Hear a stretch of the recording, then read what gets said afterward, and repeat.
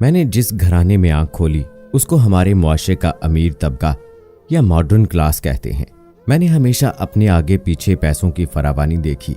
दुख या गम का कोई तस्वुर नहीं था, सिर्फ खुशियां ही खुशियां थीं।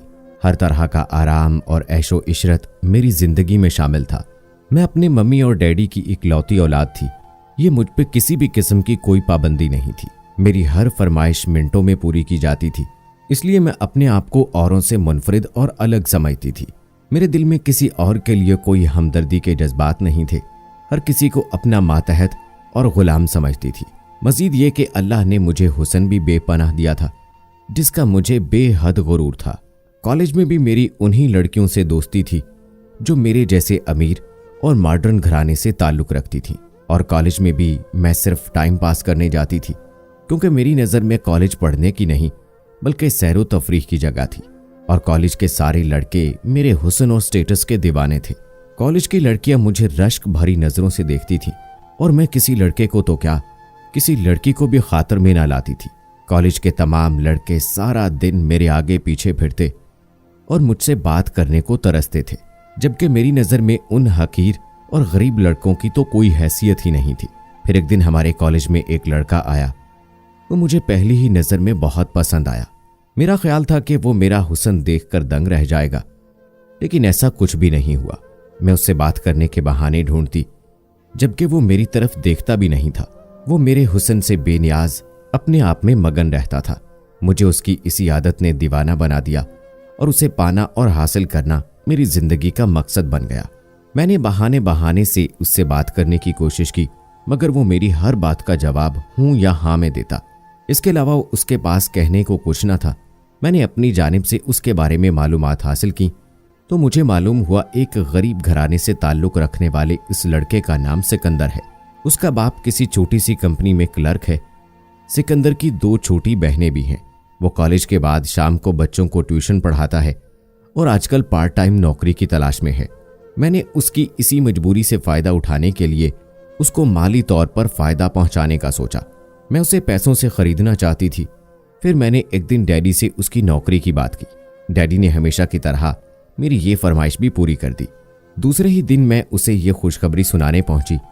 ये सुनते ही उसकी खुशी तो दीदनी थी।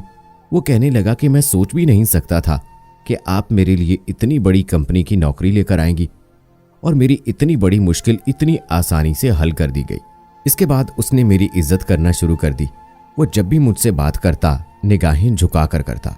इन सब चीज़ों के बाद मुझे अपनी जीत और मंजिल इंतहाई करीब दिखाई देने लगी थी। मैं दिन ब दिन उसके प्यार में पागल हुए जा रही थी, मगर उसे इस बात का अंदाज़ा भी नहीं था। मैं सिर्फ उस दिन का इंतज़ार कर रही थी जब वो मेरे एहसान तले दब जाए कि मेरे इजहार मोहब्बत करने पर वो इनकार ना कर सके। एक दिन जब मैं उससे मिलने ऑफिस पहुंची तो मैनेजर ने मुझे बताया कि कल सिकंदर साहब की शादी थी, इसलिए वो छुट्टियों पर हैं। ये खबर तो मेरे लिए किसी क़यामत से कम न थी। मैं ये सोच भी नहीं सकती थी कि वो मेरे अलावा किसी और का हो जाएगा। ये बात मेरे दिमाग से निकल कर ही नहीं दे रही थी और मेरी हालत किसी दीवाने से कम न थी। उसको पाना अब मेरा जुनून बन चुका था। मैं किसी सूरत उसको खोना नहीं चाहती थी। मैं उसकी मोहब्बत में इतना आगे बढ़ चुकी थी कि अब पीछे पलटना तो मेरे लिए नामुमकिन था। मैं फौरी तौर पर उसकी बीवी से मिलकर ये देखना चाहती थी कि क्या वो मुझसे ज़्यादा खूबसूरत है जो सिकंदर ने उसे अपना शरीके हमसफ़र बनाया है। यही सोचकर मैं एक दिन बताए बिना उसके घर पहुंच गई।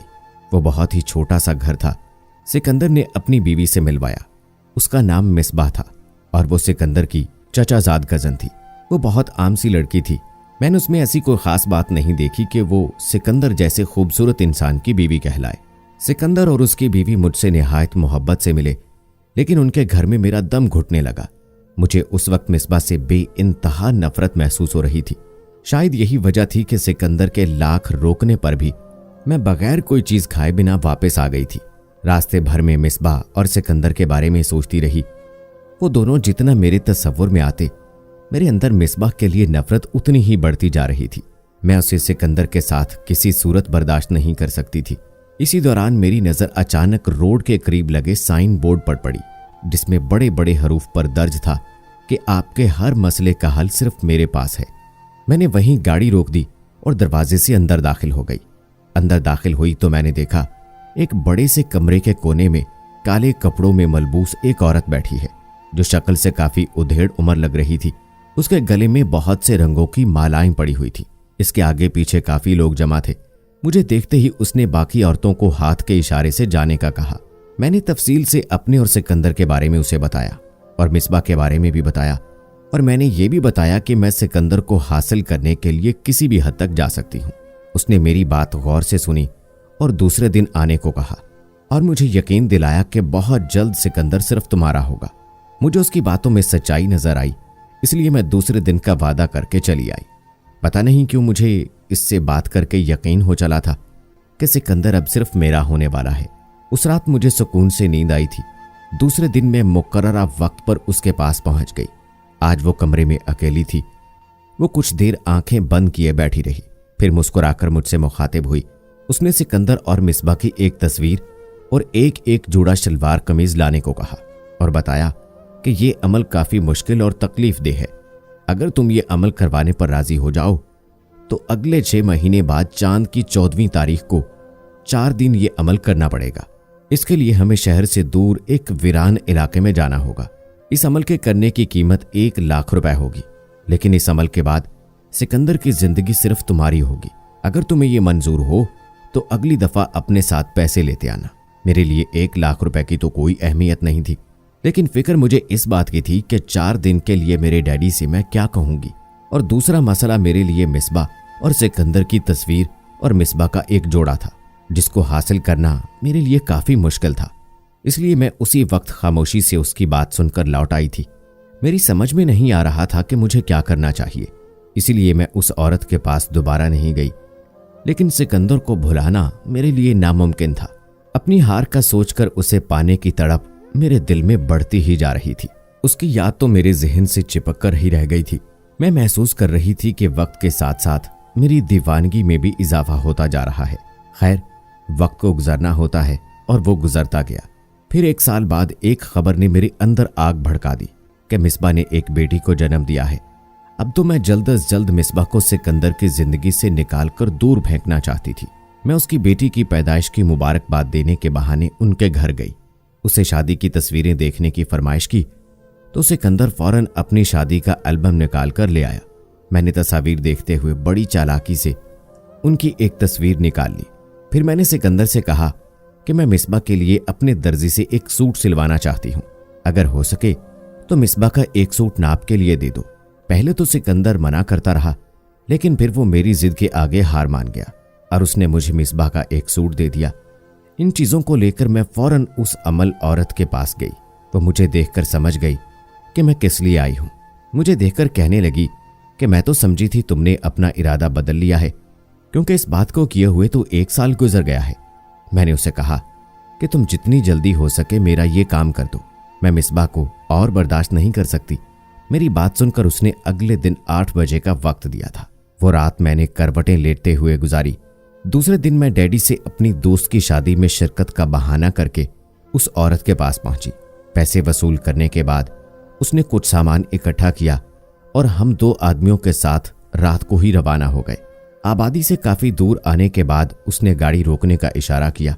वहां करीब ही एक झोंपड़ी बनी हुई थी। शायद उसने पहले से ही सारा इंतजाम कर रखा था।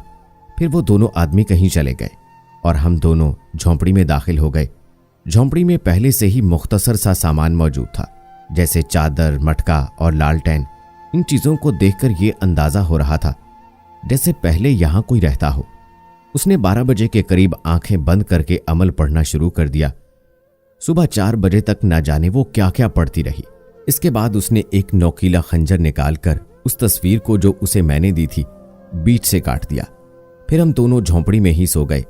अगले रोज काफी दिन चढ़ने के बाद उठे तो वही आदमी जो रात हमारे साथ आए थे वो हमारे लिए नाश्ता लिए मौजूद थे।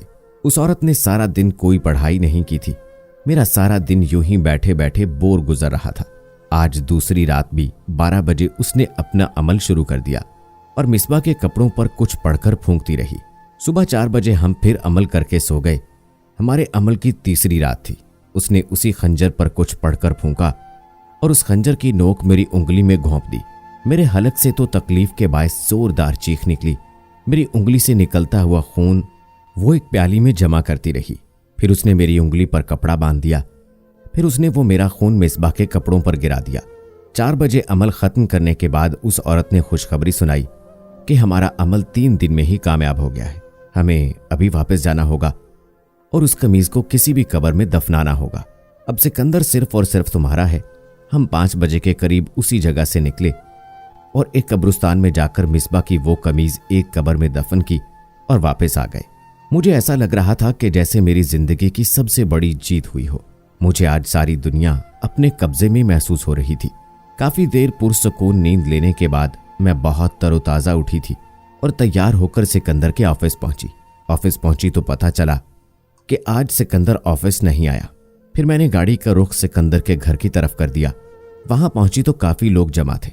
मेरे पूछने पर एक आदमी ने बताया कि सिकंदर साहब की बीवी का इंतकाल हो गया है। कल रात उन्हें जबरदस्त दिल का दौरा पड़ा था। उसने अस्पताल जाते जाते दम तोड़ दिया। मैं उसी शाम उस औरत के पास पहुंची और उसे ये खुशखबरी सुनाई।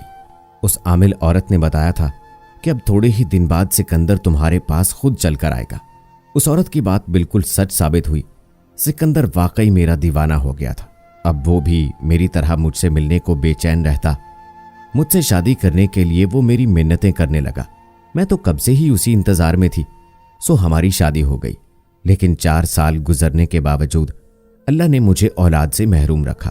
लोग मुझे बे औलादी का ताना देते और मेरे पीछे बातें बनाते। मैंने औलाद के लिए कितनी दुआएं और मन्नतें मांगी। तब कहीं 5 साल बाद जाकर अल्लाह ने मुझे बेटे से नवाजा। लेकिन बेटा देने के साथ साथ मुझे अपाहज बना दिया। बेटी की पैदाइश के बाद मेरे पूरे जिस्म ने काम करना छोड़ दिया। डॉक्टरों के मुताबिक मैं बिल्कुल नॉर्मल हूं और मुझे कोई बीमारी नहीं है। बस मेरा सारा जिस्म मफलूज होकर रह गया है।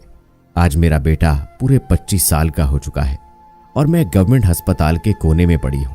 इतने सालों के बाद भी अब तक मेरे जिस्म में कोई हरकत नहीं हुई है। अब तो लेटे लेटे मेरी कमर गलने और सड़ने लगी है।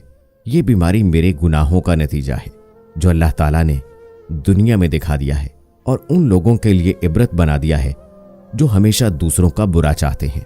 मेरे शौहर और बेटे ने तो बरसों से मेरी कोई खबर नहीं ली क्योंकि वो भी औरों की तरह मुझसे घिन खाते हैं। अलबत्ता कभी कभार मिसबा की बेटी आकर मुझे देख जाती है। वो बहुत अच्छी लड़की है। जाहिर है उसकी रगों में एक अच्छी और नेक औरत का खून दौड़ रहा है। मुझे अपने बेटे से भी कोई शिकायत नहीं है क्योंकि उसकी रगों में मेरा ही खुदगर्ज खून दौड़ रहा है। मैंने अपनी ये कहानी एक नर्स को सुनाई और उससे वादा लिया कि तुम ये कहानी दूसरों तक जरूर पहुंचाओगी ताकि लोग इससे इबरत लें और कभी भी मोहब्बत को जबरदस्ती या जबरन पाने के लिए अल्लाह ताला की बनाई हुई हदूद को पार न करें।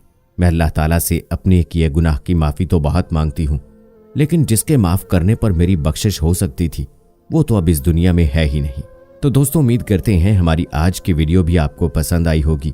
इस वीडियो को लाइक करें, शेयर करें अपने दोस्तों के साथ ताकि वो भी इस कहानी से इबरत हासिल करें। मज़ीद ऐसी वीडियोस देखने के लिए मेरे चैनल को सब्सक्राइब करें और अपने दोस्त राव कमर रिजवान को अगली वीडियो तक इजाज़त दें। अल्लाह हाफिज़।